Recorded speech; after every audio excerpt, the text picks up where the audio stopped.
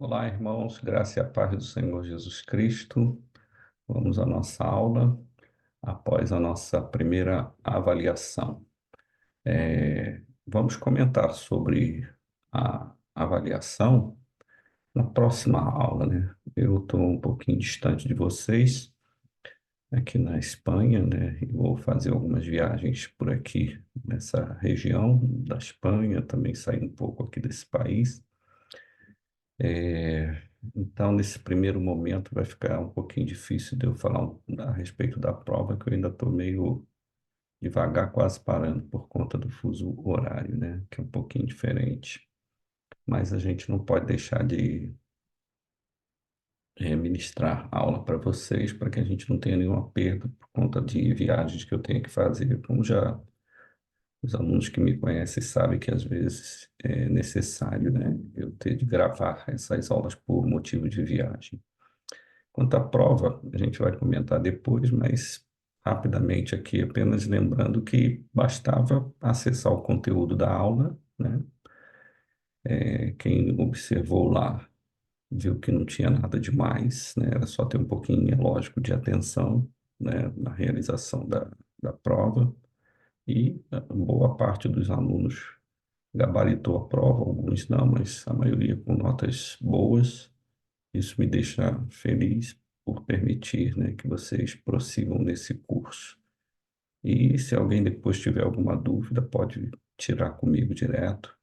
E a gente, na próxima gravação, eu vou tentar tecer alguns comentários a respeito.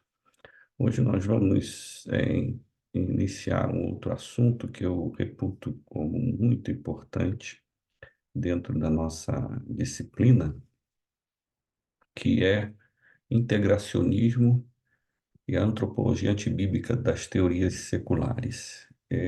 O aconselhamento, né, não é uma tarefa só da igreja, certo? Muitas pessoas aconselham, há profissionais do aconselhamento, mas nós vamos falar desse fenômeno que ocorreu no meio evangélico, que é o integracionismo, é algo que já remonta desde metade do século passado, mas que nem sempre as pessoas se dão conta do que está acontecendo. Tal foi a forma como as igrejas cristãs abraçaram, né, essas ideias, né, muitas delas, na sua maioria, humanistas, e trouxeram para dentro da igreja como se fosse algo aceitável, amigável à palavra de Deus. A gente não tem nada assim a priori contra, né, teorias seculares a respeito do comportamento humano, mas a gente tem sim contra aquilo que é antibíblico. E a gente, com o tempo, vai se aperfeiçoar um pouco mais, né, nesse conhecimento, porque isso serve de preparo para nós lidarmos com essa realidade no meio das igrejas e também para conhecermos e estarmos preparados para saber identificar que quando esse fenômeno a tal ponto, né, pode trazer perturbações à nossa igreja, né, e o propósito do evangelho, né, é trazer não somente a salvação, mas a paz, né, nessa vida que tantas pessoas precisam, né, viver em paz com Deus e com o próximo e saber lidar com os seus conflitos, com as suas realidades difíceis, com os seus problemas. Sabermos separar aquilo que não é a palavra de Deus, né? Para que o cuidado a essas pessoas, né, que sofrem tantos problemas neste mundo, o cuidado de fato possa ser eficaz. Mas vamos adiante, né? Então, o que é o integracionismo, né? Esse termo ele é usado, né, nessa tentativa de que as pessoas integracionistas, né, têm de conciliar teologia bíblica com teologias, ou teorias, perdão, seculares no comportamento humano. Muitos livros, né, que nós, às vezes, vamos comprar, ter acesso a eles, são de teólogos, pastores, né, pessoas que lidam com essa área e que são integracionistas. E quando a gente não tem conhecimento do que é isso e de como essas pessoas estão ali tentando integrar as teorias seculares, né, do comportamento humano à teologia, quando a gente não tem esse preparo, esse treinamento nessa área, a gente aceita tudo que está ali naquele livro, leva às vezes para o púlpito, para a realidade da vida, pensando daquela forma, isso pode ser um problema, né? Principalmente dentro da igreja. E aí a gente vê que, como eu já falei, né, desde a metade do século passado, esse movimento busca harmonizar a antropologia bíblica, que a gente viu que se baseia, certo, no relato da criação, com a psicologia, por exemplo, e há diversas formas aí de observar o comportamento humano, seus problemas e na busca de tentar uma solução para eles, né? É claro que isso tudo aí deriva, né? Tem como influência lá o iluminismo, que quem já estudou a introdução à teologia, a gente falou bastante a respeito disso, né? De como isso influencia a teologia, influenciou tudo, inclusive a teologia cristã, a teologia evangélica, né? É, e isso acaba por refletir essa influência, né, do iluminismo, né, que excluía tudo aquilo que não se podia, né, em termos gerais, né, tudo aquilo que não se podia pensar, né, ou entender, ou captar, senão, ou explicar, senão por meio do raciocínio, por meio da razão, né. E isso está essa influência reflete até hoje na teologia e muita gente, né, é atingido por isso. Se tornou muito popular, né, que as pessoas é, abracem determinadas teorias sem suspeitar delas por falta de conhecimento, né? O John MacArthur, no livro Introdução ao Aconselhamento, né, bíblico, ele do N. Mack, se eu não me engano, eles escreveram esse livro, é um livro importante que quem está interessado nessa área, como o livro já diz, ele é uma introdução, mas muito bem embasado e embora uma introdução, aprofunda bastante no assunto, né? Ele vai dizer que a igreja foi psicologizada por conta da força das propostas integracionistas. E o que que ele diz, por exemplo, nesse livro? Isso aqui tem a ver com uma realidade, é um fato que ocorreu dentro lá do contexto da igreja dele, da cidade dele, lá nos Estados Unidos, e que ele se deparou, né, com reações, e comportamentos de pessoas crentes evangélicas que olhavam para a palavra de Deus e declaravam, né, em outras palavras, que a palavra de Deus era insuficiente para tratar, né, do problema das pessoas, né, no nível existencial das pessoas. Então, ele diz que os psicólogos, até então desconhecidos, estavam se tornando mais e mais comuns, mais e mais dispostos a externar suas ideias. Infelizmente, eu havia prestado pouca atenção, né, nessa essa tendência, até que ele se deparou com uma questão que escandalizou ele, né? E aí ele se despertou para observar isso com mais atenção, embora a coisa já tivesse avançado na igreja, né? E ele diz que não estava ouvindo atentamente, né, como eles estavam divulgando a psicologia dentro da igreja. Hoje, né, atualmente, esse movimento ele é muito expressivo ainda. Ele é muito percebido, a não ser nos meios acadêmicos ou entre aquelas pessoas que estudam, né, esse assunto, especialmente o aconselhamento bíblico. Você estudar aconselhamento bíblico não tem como você não estudar o que é o integracionismo, né? É, Agora, eles não têm muita coesão, até porque isso é um assunto muito diverso. A própria psicologia, ela não é uma ciência unificada. E é lógico que aquilo que ela afirma, de alguma forma, vai causar contestações, né, divergência entre os próprios psicólogos, né, os psicoterapeutas, eu prefiro dizer assim. porque eles estão baseados aí em várias correntes divergentes e conflitantes, ou seja, não é uma disciplina unificada e a gente às vezes se submete a essa forma de aconselhamento, quando na verdade nós estamos nos submetendo a alguma coisa imprecisa, de várias correntes que inclusive divergem e conflitam entre elas, ao invés de nos submetermos àquilo que é a verdade. Isso é o que acontece de fato, né? Confiarmos mais na verdade de Deus, né? As principais questões estão no âmbito da antropologia, né?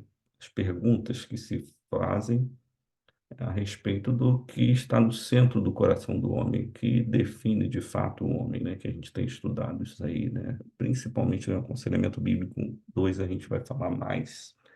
Qual é a natureza do homem? E também a questão epistemológica, né? Como sabemos o que de fato é verdadeiro, ou qual o conceito do conhecimento, especialmente no que diz respeito à psicologia secular? São perguntas, né, que nós nos debruçamos e que também, no caso, né, esse movimento, né, busca essas respostas aí, não apenas na antropologia bíblica, mas buscando de alguma forma é, conciliar as antropologias seculares com a antropologia bíblica. Em todas essas vertentes, né, de atuação do integracionismo, o senso comum entre todas elas, seja lá qual for a ênfase, né, da corrente que a pessoa esteja ali se inclinando a ela, né, tem uma coisa que é comum, o fato de que para eles as sagradas escrituras estão sendo, para nós, né, quando abordamos esse assunto, estão sendo violadas em qualquer situação, não tem um meio termo. Quando você abre mão da antropologia bíblica e os meios que a palavra de Deus nos fornece para que a gente cuide das pessoas, para que a gente efetivamente possa aconselhar, quando a gente recorre a outras possibilidades, entre aspas, a gente está dizendo então que as escrituras sagradas não são suficientes.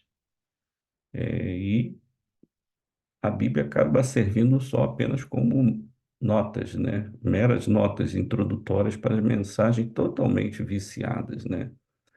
A partir de uma interpretação que tem como luz o humanismo.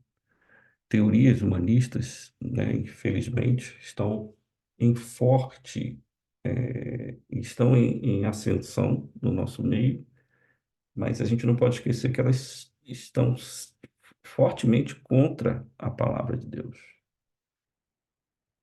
Elas estão numa posição antagônica à teologia bíblica, certo? Por exemplo, a gente fala precisa citar aqui pelo menos umas três teorias aí de base, né, eh, humanista, né, o existencialismo que se questiona a verdade do ponto de vista de que eu sou a verdade, né? Ou o ecletismo, né? A pessoa aceita tudo, então para ele tudo é a verdade. Ou o relativismo, nada é a verdade, né? Tudo é relativo. E aí, todas elas, é lógico que está aí, né, a questão, né, o que que é a verdade, de fato, e onde ela está, certo? Então, essas teorias humanistas, elas infestam, né, o pensamento das pessoas e elas não percebem, muitas vezes, o quanto estão sendo motivadas, né, nas suas ações, nas suas escolhas, por conceitos, né, como esses aí, né, que não determinam a verdade de Deus na vida das pessoas, né? Essa é a grande questão, o que que é a verdade nesse mundo, né? O David Powlison, ele fala dessa forma, né? Os integracionistas tentam casar a psicologia secular com o cristianismo conservador, porque acreditam que as escrituras não são abrangentes ou suficientes. E eu já falei isso com vocês, que a questão não está, o problema não está na palavra de Deus, o problema está em não conhecer a palavra de Deus ou ter uma capacidade hermenêutica fraca ou equivocada, né, nos seus recursos, nas suas regras, nas suas abordagens. E aí, é claro, você não conseguirá extrair da Bíblia aquilo que de fato a Bíblia é em toda a sua eficácia. E quando a gente fala abrangente, a gente não pode esquecer que a Bíblia não é um livro, né, exaustivo, de uma consulta exaustiva, mas é um livro de abordagem compreensiva, de princípios. Nós vamos encontrar ali princípios que vão nos ajudar a lidar com qualquer questão da vida. Ok? Eh, as pessoas, os integracionistas, eles, segundo Paulson, eles consideram como substancialmente deficientes, né, a palavra de Deus para que a pessoa chegue, né, a determinar qual é realmente o problema do homem e ajudá-lo, né, fazendo mudar o estado do homem. Então, para essas pessoas, precisa de alguma coisa a mais. Então, a igreja, né, portanto, ela necessita absorver de forma sistemática, e isso vem acontecendo, né, graças ao integracionismo, elementos fundamentais das ciências sociais para conhecer a verdade. Ou seja, a pessoa não consegue olhar para a palavra de Deus e entender que naquela palavra, a verdade de Deus, do conselho de Deus, está toda a verdade suficiente para as pessoas, né? E isso se tornou uma coisa tão comum que é muito natural você simplesmente, ao lidar com inúmeros problemas pelos quais as pessoas passam, a reação é muito fácil. Não, você tem esse problema, aí usa um nome técnico que a gente cansa de ver lá no DSM-5, né? 4, 5, agora 5, né? Que é um catálogo de doenças, né? Transtornos mentais, síndromes e tal. Vocês, provavelmente, numa pós-graduação nessa área, vão estudar a respeito. Então, as pessoas já têm os seus rótulos pré-definidos, mas que estão em forte oposição, né, às suas causas em relação à palavra de Deus, mas isso já foi absorvido de uma forma muito natural. A gente aconselha, você tem que procurar alguém que te ajude a entender melhor a sua vida. É como se a igreja não fosse esse contexto, né, de terapêutico mesmo, né, de cura de vidas, como a gente tem observado, né? A igreja deve ser esse contexto onde nós, como Paulo diz em Colossenses 3,16, né, nos instruímos, nos aconselhamos, instruí-vos e aconselhai-vos mutuamente, certo? Mas ele prossegue dizendo, né, que as pessoas lançam mão, né, de uma forma até sistemática de elementos fundamentais das ciências sociais para conhecer a verdade e estar capacitada para um ministério efetivo e amoroso na área do aconselhamento. Isso é um pouco estranho, né? A gente está olhando para a Bíblia e está falando, não, não é tudo que a gente precisa, certo? Para aconselhar alguém, para ajudar alguém. Então, eles pretendem trazer para a igreja esse conteúdo intelectual, práticas de psicoterapêuticas, né, da psicologia, guardando uma consistência com a fé bíblica. Eles tentam harmonizar, vai soar bonito, não vai parecer uma coisa assim antibíblica, não vai parecer alguma coisa que comprometa a fé. Não, vai parecer tudo muito bonito, né? O que se vende, né, com esse desejo de integrar a conselho de Deus com o conselho dos homens, fica bonito isso, né? Agora, vamos falar um pouco como isso influenciou a liderança evangélica, porque a chave está aí, né? São os líderes. Se os líderes não atentarem para isso, isso vai invadir a igreja rapidamente, como já tem ocorrido há várias décadas, não é? E, diferentemente disso, a gente observa que quando um pastor ele tem esse entendimento, né, do que de fato é o aconselhamento bíblico, e tem o entendimento das ameaças desse integracionismo, essa igreja aí, ela, digamos, funciona, né, de uma forma diferente, ela fica mais esperta, ela fica mais ali desconfiada de tudo que se ouve no mundo e que, inclusive, está invadindo a igreja, mas que antes a pessoa sequer ela tinha essa noção, certo? Então, quando a gente pensa, né, em liderança, a gente lamenta, né, porque justamente os líderes deveriam ser aquelas pessoas capazes de, né, identificar ameaças à igreja para proteger a igreja, né? Mas a igreja foi invadida, né, por esse integracionismo, tem a ver com esse, justamente onde deveria haver ali uma proteção, uma barreira, né? Não uma imaturidade em relação a essas coisas, que é a igreja. Infelizmente, né, e surpreendentemente, é a igreja quem mais abraça, né, essas teorias seculares, né, tentando integrar a fé bíblica, né? Você vê muita gente olhando às vezes para o texto bíblico e usando terminologias seculares para fazer diagnóstico, às vezes, de personagens da palavra de Deus. Estranho isso, né? Então, MacArthur, ele denuncia, né, que muitos líderes evangélicos estão dispostos, inclusive, a negar a suficiência das Escrituras. É lógico, porque se você diz a lei do Senhor é perfeita e restaura a alma, como Davi disse lá, a lei do Senhor é perfeita, o que é perfeito não precisa de mais nada, né? Mas quando você olha para a Bíblia e fica ali meio desconfiado, acho que não é o bastante, não, então você não está só é, aderindo a uma nova teoria, você está também declarando, a palavra de Deus não é suficiente, quando na verdade às vezes não é suficiente a sua capacidade. Em primeiro lugar, fé é necessária, porque é preciso crer na Bíblia e na eficácia da sua palavra e crer na sua suficiência, na sua abrangência, para que ela seja a sua ferramenta, o seu instrumento para o cuidado de vidas, né? Quando você não crê, realmente você olha para a Bíblia e fala, não, eu prefiro é, ter aquela abordagem ali que um ateu lá atrás disse que é assim que o homem é, ao invés de se submeter ao conselho de Deus. Às vezes eu sou um pouco irônico nisso, porque é exatamente isso que acontece. Alguns sabem que estão fazendo isso, outros são ingênuos quando não deveriam ser. A gente está falando aqui da influência na liderança evangélica, não é?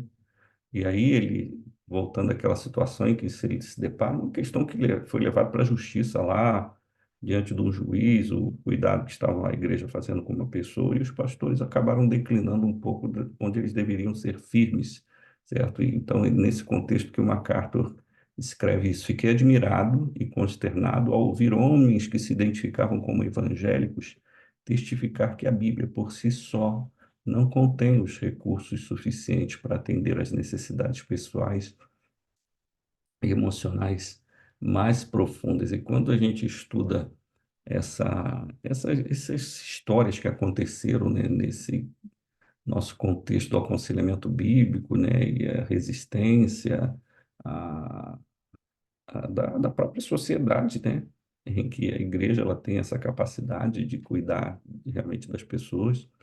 É interessante como a gente vê homens assim, que não são capazes de defender a fé, de saberem responder, né, por que creem, né, não sabem, não são habilitados a falar da razão e defender a fé evangélica, certo? Porque nós também estamos amparados por leis, certo, de proteção da consciência religiosa e etc., que nos ajudam, né, a nós sermos efetivamente a igreja que o Senhor Jesus Cristo quer que sejamos perante a sociedade, mesmo que isso possa nos custar algumas coisas, né? Mas nunca deveríamos ser aquelas pessoas que cedem ou que acham que não tem nada de mais esse tipo de integração. Aí a igreja está, como diz o pastor doutor Ayrton Moura, que foi meu orientador de mestrado, ele fala, né, eu acho que até devo ter colocado esse texto aqui dele, que a igreja, né, se vendeu, né, por um prato de lentilhas psicológicas, né? O MacArthur continua dizendo que, na verdade, essas pessoas argumentavam diante de um tribunal secular que a palavra de Deus não é um recurso adequado para lidar com os problemas espirituais das pessoas. Que absurdo, né, irmãos? Mas isso acontece. O que é verdadeiramente chocante, ele prossegue dizendo, é o número de evangélicos que estão dispostos a dar ouvidos às palavras desses profissionais, né? Que estão dizendo, não, o pastor não pode fazer isso, não, quem tem que fazer isso sou eu. Infelizmente, às vezes, alguns pastores estão desse lado. Então, você vê isso aí, por exemplo, nesse livro, né, que eu já citei para vocês, do MacArthur e do Beck. Nesse mesmo livro também ele faz uma situação, né, do Murray. Ele diz o seguinte: terá a religião evangélica vendido seus direitos de primogenitura para um prato de sopa psicológica? É a citação que eu falei agora do Dr. Ayrton Moura, né? A indagação é deveras penetrante, né? Olha aí, a gente está fazendo o que a gente às vezes fala lá do irmão do Jacó, o Esaú, né? Que rapidamente, né, precisou de um recurso, de matar a fome, de resolver um problema e abriu mão da bênção, né? Então, todo conselheiro conservador, que somos nós, deve observar isso, né? Essa questão. Isso é um desafio permanente o tempo todo. Nós vamos ser assediados, até por nós mesmos, quando a gente vai lendo, vai vendo supostos resultados, declarações na vida de pessoas que se submeteram a recursos que não são da palavra de Deus, a gente fica assim meio pensativo, né? E quando a gente fala de literatura, né, evangélica nessa área, é interessante, quase todos os livros recentes de aconselhamento para pastores, até conservadores, são escritos a partir de uma perspectiva freudiana. Olha só, o pastor abre o livro e começa a ler ali o Freud, e se encanta com ele, e deixa sua mente funcionar como o Freud quer que funcione. E aí você vai para o seu gabinete pastoral e ali não está aberta a palavra de Deus, não é o conselho de Deus. Você não está representando Deus, está representando Freud. Coisa, né, queridos? Porque essas pessoas se tornaram dependentes, né, em larga escala, diz o MacArthur, o Adams, J. Adams, das pressuposições da ética, da não responsabilidade defendida por Freud, né? É interessante isso, né? O Freud, ele, quando a gente estuda, né, na minha dissertação, inclusive, se eu me lembro bem, quando você lê, né, quais são as pressuposições da psicanálise, né, para tratar das pessoas, certo? Todas elas, né, pode ser o Roger, Skinner, a pessoa nunca é culpada. A Bíblia é é a única verdade, né, que diz você é o culpado. Mas a pessoa prefere o Freud, né? Será que isso vai ajudar alguém? Né? Isso a gente estuda, mas é para pensar, né, na prática dessas coisas, né? A gente viu a influência no, no líder, né, no pastor, e a minha pesquisa foi nessa área, né? Eu pesquisei em 2015, mais ou menos, 2014. Eu pesquisei pastores, pesquisei crentes comuns. E com base nos questionamentos que eu fiz, né, nessa pesquisa, você identifica, né, como até os órgãos, né, as escolas de teologia estão influenciadas pelo integracionismo, né? E eu não digo que a gente não deve estudar a psicologia, eu acho até que deve estudar, mas sempre com essa perspectiva, né? E que muitas das teorias são antibíblicas, tem coisas úteis, mas muitas coisas se opõem à palavra de Deus. E se você não souber identificar e enquadrar isso, você acha que aquilo ali também pode faz mal nenhum, certo? Quando às vezes é antibíblico. Se é antibíblico, pode ser bonitinho, mas faz mal. Então, eu pesquisei também a influência do integracionismo no crente comum. É claro que os líderes são as peças chaves nisso, né? Mas a gente percebe o quanto isso já domina, né, a cultura evangélica. É, inicialmente, é lógico, teve muita resistência dos cristãos, mas agora é uma coisa muito popular, né? Você falar de Bíblia e falar de teorias seculares, né, do comportamento humano, junto com a Bíblia, como se fossem amiguinhos, certo? Então, infelizmente, a maioria do povo evangélico está convencida de que o movimento veio para suprir uma lacuna supostamente não abrangida pela Bíblia, no que se refere às questões da psique, das doenças mentais. Por isso que emocionais do comportamento do homem. Por isso que eu fiz apenas um pequeno extrato, né? Em algumas páginas eu coloquei para vocês lerem, numa das leituras complementares, como a gente tem elementos ali na palavra de Deus que descrevem o que um homem é, né? Nas suas emoções, na sua psique. É lógico que a Bíblia tem a sua própria terminologia, só que a gente abraçou mais a terminologia secular, né? Para falar que a pessoa é isso, que a pessoa é aquilo, que ela passa por isso, que ela sofre daquilo, né? Hoje é uma cultura, as pessoas, né, estão aí mais com a palavra dos homens, com as determinações, os termos, as definições humanas na mente, e às vezes se sujeitando a elas do que aquilo que a Bíblia diz. Então, isso é uma. O doutor Ayrton Moura, ele diz, né, numa das suas apostilas sobre o assunto, que isso é uma contaminação, certo? E ele resume que a igreja abriu as suas portas para a psicoterapia secular, que substituiria aconselhamento baseado nas escrituras.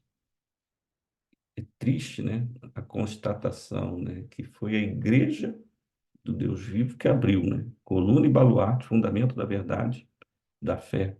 Ela é que abriu mão desse privilégio de ter a palavra de Deus para progressivamente adotar. Paradoxalmente, é um paradoxo mesmo, você tem o que você precisa, abre mão, certo? Para uma mensagem que, na verdade, é uma nova religião, isso, que exclui Deus, que não reconhece a Bíblia como palavra de Deus. É religião porque muito, né, dessas ciências do comportamento, elas não são mensuráveis, né, a partir de metodologia científica, né, comum, precisa para determinar. Não são, se não é mensurável, uma hipótese, isso pode ou não pode acontecer, mas você aplica aquilo ali porque você acredita, crê. Em questão de crer, isso é religião, então, não é ciência, né? É uma pseudociência. E muita coisa não se pode provar, certo? Então, ele classifica isso como uma religião. Em relação à fé, em religião, a gente já tem a nossa, já temos a base dela, né? Então, não reconhece a palavra de Deus, né? A Bíblia como palavra de Deus, suficiente, inspirada e completa, por isso que a gente falou muito sobre isso. É uma incoerência que a gente estude sobre a inspiração da palavra de Deus, das Escrituras, a sua infalibilidade, né? E, ao mesmo tempo, não, mas a gente pode passear por aí. Não vê o homem como um pecador, né? Essas ciências do comportamento, né? E com uma vontade dirigida contra Deus, o homem, Paulo vai dizer, inimigo de Deus, que não reconhece a ação do Espírito no coração do homem, nem a ação de Satanás em um mundo que o João vai dizer, né? Jaz no maligno. Ou seja, como é que você cuida de alguém, ajuda alguém, se você não considera essas coisas que são elementares, essenciais? Mas porque você rejeita a palavra de Deus. Então, ele prossegue, as igrejas, né, de fato, assumiram quase que uma cultura da psicoterapia. Muitos cristãos estão convencidos de que a psicoterapia é científica e necessária para suprir aquilo que falta na Bíblia quanto às necessidades mentais, emocionais e comportamentais. Tem um livro que agora eu não vou ter como indicar para vocês, mas muito bom, da Elise Fitzpatrick. É muito bom o livro dela, que fala exatamente, ela faz umas comparações, olha o que que o homem diz nessa determinada teoria, e olha o que a Bíblia diz. E ela resume, ela vai fazendo esse paralelo, tem um quadro, ela fala como é que um pastor, um líder, um servo de Deus, ele sequer, pelo menos, não desconfia. Será que isso não abraça aquela teoria e deixa a Bíblia de lado? E aquela teoria passa a ser a sua Bíblia. Mas se ela diz, por que será que essa pessoa não, pelo menos desconfia? Será que aquilo ali pode ser uma coisa equivocada, pode ter falhas ali, porque vem da mente de pecadores, pessoas que erram, de pessoas que são limitadas, às vezes bem intencionadas, mas limitadas. E ela postula, né, várias teses dela de como isso, né, um livro mais técnico, né, como isso perturba, né, não ajuda, mas perturba as pessoas. As pessoas estão sendo rotuladas, você é isso, você é aquilo outro, mas nada do que a Bíblia diz que a pessoa de fato é. Isso traz uma perturbação para a pessoa. Agora, quando isso parte da própria igreja, meus irmãos, isso é uma coisa terrível, né? Outro dia eu ouvi um pastor, mas a gente não pode demonizar tudo, né? Isso não precisa, o diabo não precisa fazer mais nada, né? O estrago já está pronto ali. O próprio homem, independente do que o Satanás possa fazer, ele pode destruir, fazer muita coisa errada. Não precisa do diabo, não. Não é questão de demonizar, é uma questão de simplesmente ver se é verdade ou não é verdade. E o problema é esse, né? É que nós, evangélicos, aceitamos esse equívoco, essa mentira, né? Ele prossegue de que a psicologia pode ser utilizada numa integração com a Bíblia. McMahon, ele diz o seguinte: uma vez que a psicologia e a Bíblia são fundamentalmente antagônicas, é o que a Elise diz, né? Deveria ser óbvio que não pode haver uma integração legítima entre os dois ensinamentos, né? Além disso, se a Bíblia, que é o manual do fabricante, né? Que, um, se referindo a Deus, né? Porque é ele que criou o homem e escreveu o manual. Não é suficiente, né? Se a Bíblia não é suficiente para tratar de todas as coisas que conduzem à vida e à piedade, como Paulo diz, né? Os seres criados por Deus devem buscar um bem-estar mental, físico, comportamental em outra fonte. Claro, a Bíblia não é lá essas coisas, então a gente tem direito de buscar outra sabedoria, né?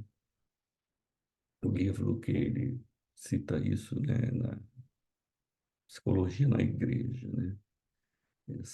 Ele se refere à psicologia como uma religião anticristã, né? Do egocentrismo, um livro bem contundente nessa área aí. Mas se precisam buscar em outra fonte, e aí é uma questão lógica, argumentação lógica, né? Então, a alegação de que a Bíblia é autorizada, inerrante, suficiente, é falsa também. Se não é perfeito, né? Então, tem erros, tem lacunas, ela é insuficiente, é deficiente para essa área aqui da vida das pessoas. Então, isso é uma incoerência, mas apesar movimentos, e a gente, pessoal mais antigo aí, né, a gente viu muito isso na década, principalmente 80 e 90, né, movimentos de cura interior, popularizou muito, né, e tornou a psicologia uma coisa atraente, né? Se você dissesse, o fulano é psicólogo, é terapeuta, não sei das quantas, então ele não precisava nem entender de Bíblia. Aquela pessoa tinha espaço. Então, ela vai ser o palestrante e tal, e aquilo ali dava uma autoridade dentro da igreja para essa pessoa. Mesmo a pessoa fala, eu sou um servo de Deus, eu sou um nascido de novo, não, eu sou. um expert em. A gente viu isso acontecer lá na década de 80, já vinha antes, né? Eu me refiro mais a esses movimentos que eu os vi na minha realidade, né? Cura interior, codependentes, famílias disfuncionais, 12 passos para aquilo, isso e aquilo outro, encontros de casais e de família, tudo psicologizado, né? Essa linguagem era comum nos púlpitos, entre os crentes mais comuns em busca de respostas para as suas crises. A pessoa abria a Bíblia, né? Até hoje a gente ainda vê isso. Está vendo aqui o Jeremias? O problema dele era esse. Olha o Elias aqui e tal. E você ficar ali encantado com aquilo ali. E livros e mais livros, né? Você olha para a estante ali, poxa, olha só, cura interior, não sei o quê. Aí você abre o livro, tem lá texto bíblico lá, né? Essa tentativa de integrar Bíblia e essas teorias seculares, né? Antibíblicas. Era a ênfase daquele momento. As editoras logo começaram a produzir material. Então, isso criou esse sistema, infelizmente presente muito ainda nas nossas igrejas, né? Baseado nessas teorias falsas para a mudança da vida. E tem mudado? A gente precisa perguntar, né? Mais uma vez, o doutor Ayrton Moura, ele cita, né, que no curso que ele dá a respeito disso, no Palavra da Vida, na ABCB, né, os integracionistas ganharam a simpatia e o apoio de vários segmentos, e a ideia de integrar a Bíblia e a psicologia passou a ser adotada como a melhor opção para entender o desenvolvimento, o pensamento, o comportamento e o relacionamento interpessoal. Tem resposta para tudo, né? Então, ele diz, né, o quadro estava formado. Freud, Roger, Jung, Jung, Skinner, entre outros, passaram a ocupar lugar de proeminência nos arraiais evangélicos. Sem perceber, o povo de Deus foi ensinado a pensar segundo os homens. Que lástima, né? A palavra de Deus que deve dominar a mente, levar cativo todo pensamento a Cristo, está pensando como homens. O povo está sendo levado a pensar conforme abordagens ateístas, humanistas, pseudocientíficas, que finalmente encontraram a cura da alma de maneira muito mais eficaz do que através do aconselhamento bíblico. Tudo que a gente está vendo aqui, a gente pode resumir assim, né? É um movimento, isso é bom a gente aprender, pode ser uma pergunta aí para um trabalho, né? Para prova. Um movimento que já é de décadas, não começou agora, ó, metade do século passado, hein? Ó, há quanto tempo. O propósito é substituir o aconselhamento bíblico por uma espécie de psicologia cristã. MacArthur ele diz que os que têm liderado esse movimento geralmente soam, né, levemente bíblicos. Eles se encantam com essas teorias seculares, mas citam a Bíblia ali, de vez em quando, tentam fazer aquele ajuste fino.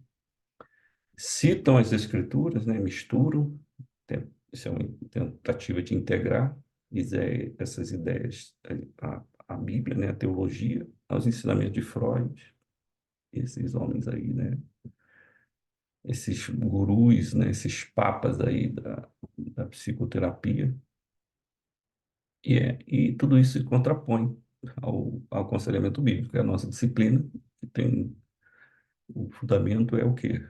A suficiência das escrituras, né? Eles propõem uma harmonia entre esses dois conselhos, o conselho de Deus nas Sagradas Escrituras e as teorias seculares, né? A gente vê duas práticas antagônicas aí.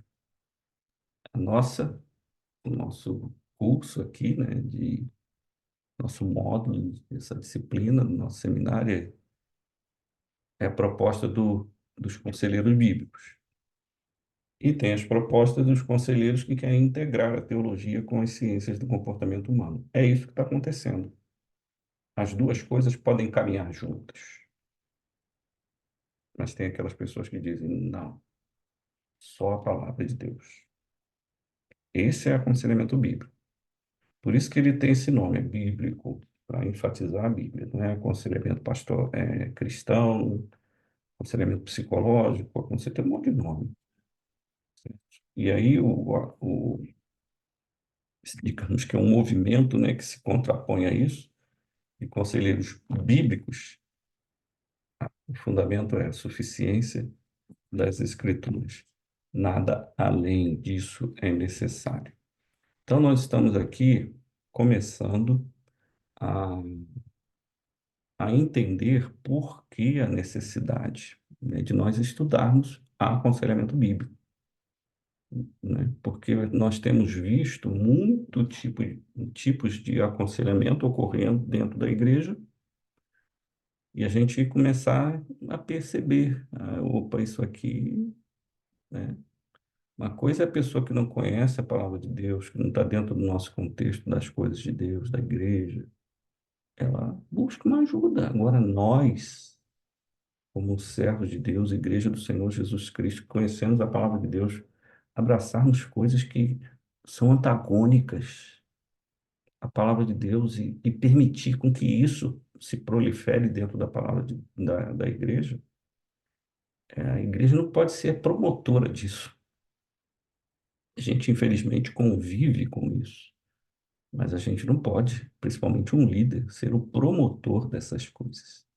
E é surpreendente, né, quando a gente faz uma pesquisa, né, e eu não fiz a pesquisa só dentro da minha denominação, mas mandei para vários pastores, né, quando foram os líderes, né, o alvo da pesquisa, e eu fiz perguntas a respeito da formação teológica dele, o currículo dos seus seminários. Isso está lá dentro do seminário. E aí já começa ali, no púlpito, porque essas pessoas vão sair com esses pensamentos integracionistas, é isso que vai para o púlpito. O povo confia, vai atrás daquilo ali. E o problema é que o propósito, que é o aconselhamento eficaz, né, de resultado eficaz, não está acontecendo na vida das pessoas. As pessoas não estão mudando, e as pessoas estão só pensando nelas, né? Por quê? Porque essas teorias elas são de viés humanista, antropocentristas, né? Em que o ego da pessoa, né, ele não é, como Jesus disse, negue-se a si mesmo. Isso para determinadas teorias seculares, Jesus dizer negue-se a si mesmo, não, você não pode fazer isso, não. Você tem que se amar. Pessoas já criam até um terceiro mandamento a partir de dois. A Bíblia só tem dois: amar a Deus e amar ao próximo. Mas aí a pessoa pega como a si mesmo. Então você não pode amar o próximo sem amar a si mesmo. Primeiro se ame para você saber amar. Já ouvi isso, isso é um outro mandamento, só que não está na Bíblia. Mas é tanta bobagem que a gente ouve, e, infelizmente, às vezes saindo do púlpito. Mas por quê? Porque essas pessoas sequer estão tendo a capacidade de desconfiar, enquanto isso tem sido perturbador para a igreja. Eu digo perturbador porque Paulo diz isso. Tudo aquilo que contraria a palavra de Deus, que quer acrescentar alguma coisa à palavra de Deus, como faziam os judaizantes, né? Isso acontecia muito na igreja da Galácia, nas igrejas da Galácia, e Paulo, quando escreve o primeiro capítulo dessa epístola, ele vai ser enfático, né? Ó, seja maldito quem pregar alguma coisa que vá além do que eu preguei para vocês, né? Ele não diz isso aí a partir do verso 6 que ele fala, está admirado, vocês já passaram para outro evangelho? Mas ele vai dizer, não é outro evangelho. Verso 7 ele vai dizer, senão que há alguns que vos perturbam e querem perverter o evangelho de Cristo. Então, como eu disse, a gente tem que ser a favor da Bíblia, em primeiro lugar. E se ser a favor da Bíblia é nos colocarmos em oposição ao que é antibíblico, que sejamos essa oposição, certo? Porque isso traz perturbação para a igreja. As pessoas que se submetem a isso sem saber, estão ali recebendo um placebo. Sabem o que é placebo, né? Placebo espiritual. Agora você encontrou. O seu diagnóstico é esse, segundo Freud, segundo Roger, Skinner, Jung. Você recebe, agora, seu problema é esse. Você agora, olha só o que eles escrevem aqui, o que que você tem, o que que você deve fazer. Isso é perturbação. E Paulo, então, é enfático, mas ainda que nós, ou mesmo um anjo, vindo do céu, vos pregue o evangelho que vá além do que vos temos pregado, seja anátema. Sou eu que estou dizendo isso. É o apóstolo Paulo. E quando Paulo fala o evangelho além do que temos pregado, Paulo está trazendo a responsabilidade para si, como aquele que pregou um evangelho verdadeiro, autêntico. Por quê? Porque ele não tinha uma Bíblia como ele tem hoje. Então, eles perseveravam na doutrina dos apóstolos. Os apóstolos tinham essa autoridade. Então, a verdade era a doutrina que emanava deles. Por isso que Paulo fala, ele não está sendo aqui arrogante, não, ele está trazendo a responsabilidade para ele. Ele é um apóstolo. Se está fora daquilo que eu preguei para vocês, esse pessoal está falando que você tem que se circuncidar, e aí sim você vai ser um crente, um cristão. Então, é uma coisa assim, simples. Não, deixa, não está fazendo mal. Paulo diz que faz mal, sim. Tudo que faz mal, ele fala, seja anátema. Então, temos muitas coisas que dentro das nossas igrejas nós estamos admitindo. E depois a gente fica perguntando, né, por que que a gente não, né? Cadê o poder? Cadê a eficácia? Busca na palavra. Se você ficar buscando em outro lugar, não terá mesmo. E quando alguém me procura para ser aconselhado, eu preciso ser leal a essa pessoa. Eu preciso ser honesto com essa pessoa, né? E eu só serei assim se ela está dentro da igreja, se ela buscou um pastor, um servo de Deus, um crente. Eu só vou ser honesto, eu só vou ser leal, oferecendo para essa pessoa a eficácia da palavra de Deus. Porque eu creio que só a palavra de Deus tem essa eficácia, como está lá em Hebreus 4, 12, 13. Só a palavra de Deus tem essa eficácia. Então, eu alerto a pessoa, olha, eu não sou uma pessoa primeiro que eu não me sinto autorizado para isso.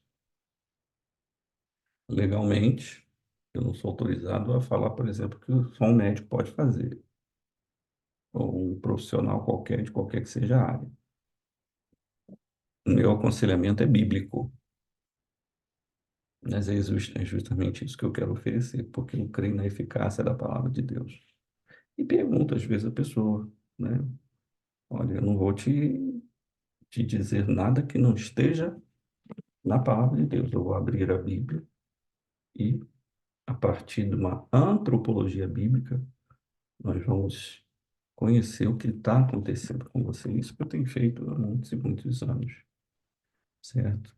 Porque eu creio nisso.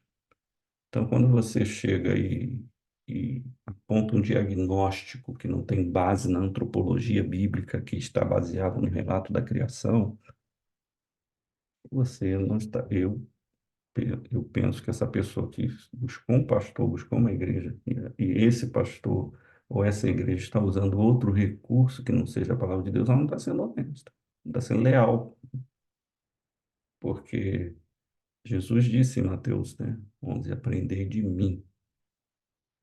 E a gente tem que ser esse instrumento de Deus para que as pessoas aprendam de Cristo, né, que sou manso e humilde de coração.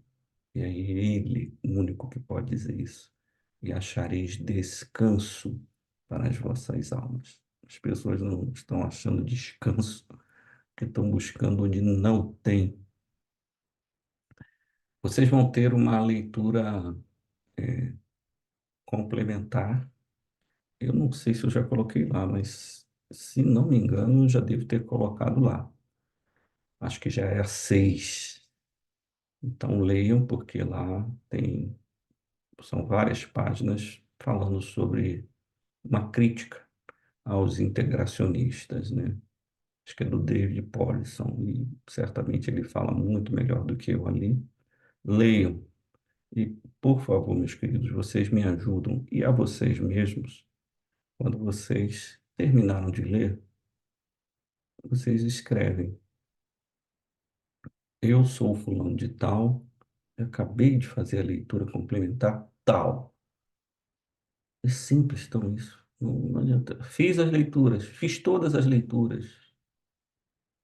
Eu sou meio burrinho. Eu prefiro que a pessoa escreva assim: a leitura um, a leitura 2, porque eu tenho que controlar mais de 40 alunos.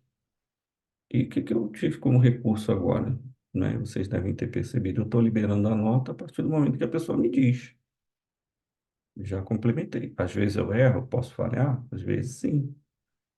Mas de preferência manda para o WhatsApp e eu anoto lá. Pronto. Então, quem fez as 5 leituras imediatamente recebeu as notas. Antes de embarcar para essa viagem que eu estou agora, corrigi todas as provas que entraram lá. E teve gente que fez a prova, mas fora do horário não entrou, então vai buscar a segunda chamada. E usei isso como critério. Por quê? Porque as leituras complementares, elas são obrigatórias. Eu não faço isso para me ajudar, eu faço isso para ajudar vocês, para ser leal com vocês, para que vocês recebam todo o conteúdo que eu julgo ser necessário para que essa disciplina de fato seja totalmente entregue a vocês. Então, também não leio só para se livrar da leitura. Aprendam, leiam. E tem gente que se interessa, pergunta, tira dúvida, dá um feedback, como me fez bem. Agora, um seminário é um lugar para a gente, né, priorizar, aprender tudo, porque vai ser muito útil lá na frente, quando a gente tiver que lidar com a igreja, tá bom? Deus abençoe vocês. Peço perdão, mas tive que pedir a coordenação para que essas próximas aulas sejam assim gravadas, né, e disponibilizadas no horário da aula, para vocês não serem prejudicados. E eu vou estar, portanto, aí, né, fazendo essas gravações aí. Não é o ideal para mim, mas entre não ter a aula, né, e ficar um período aí sem essa disciplina seria muito, né, prejudicial para vocês. E eu também não tenho como 5 horas à frente de vocês acordar de madrugada aqui hoje. Por exemplo, eu estou na casa de missionários da nossa igreja que estão aqui em Ligonde, né, na Galícia, na Espanha. Vou acordar de madrugada, todo mundo dormindo aqui, eles vão acordar todo mundo, então isso não vai ficar bom para mim, tá bom? Deus abençoe vocês e vamos nos falando. Um abraço.